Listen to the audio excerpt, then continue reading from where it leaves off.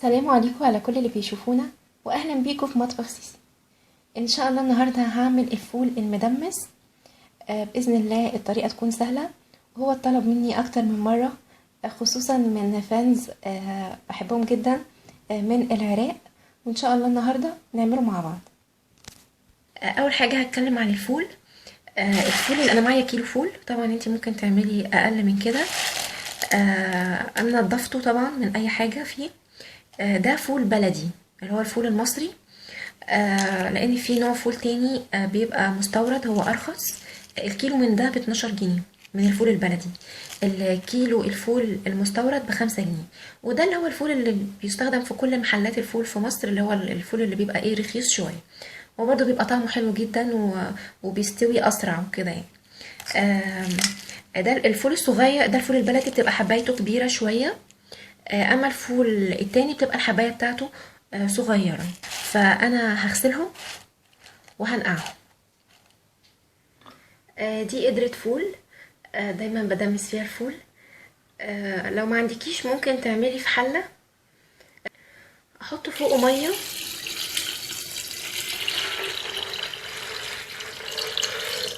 يعني حوالي لتر ميه. الميه تبقى فوقه يعني بحبه حلوين، علشان خاطر يشرب الميه بتاعته ويكبر حجمه. بعد 6 ساعات الفول حجمه كبر طبعا.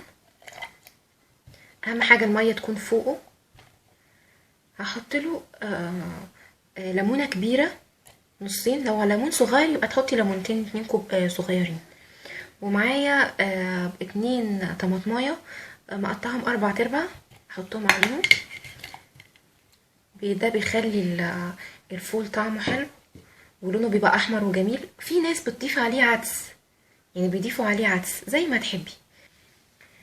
هحطه على النار على العين الصغيره. واول ما يغلي اول غلوه هوطي عليه شمعه لفوق علشان ما يتحرقش معانا.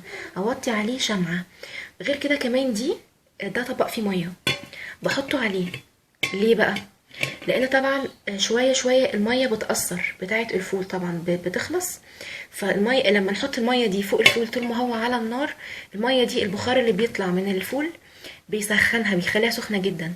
فلما نحتاج نشيلها ونلاقي الفول محتاج ميه، بنرجع نزود ميه تاني، وبتبقى الميه سخنه عشان ما نزودلوش ميه ساقعه فيضطر يقعد اكتر على النار. دي الميه اللي فوق الفول، هو بقاله ساعتين الفول بيغلي. مطياه يعني شمعة لفوق. ازود له ميه من السخنه اللي فوقه.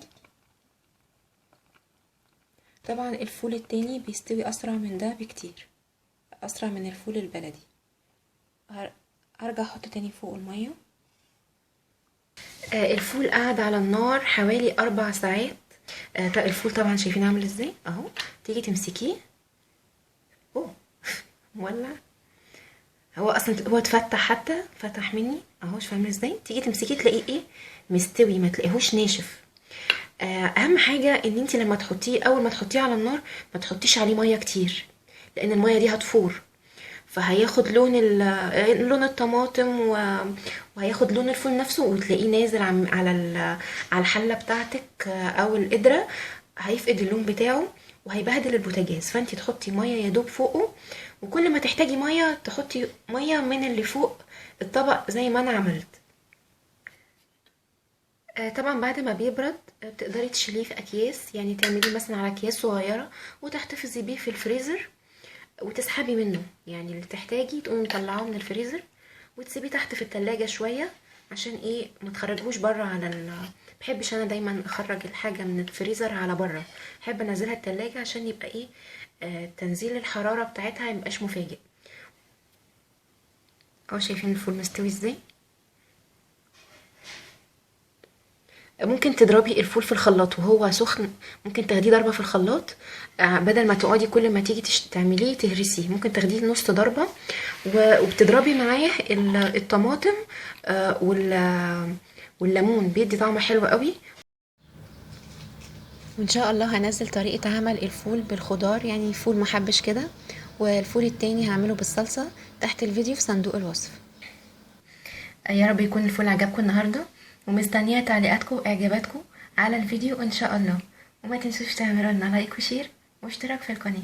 كانت معكم ساسي من مطبخ ساسي مصر. باي باي.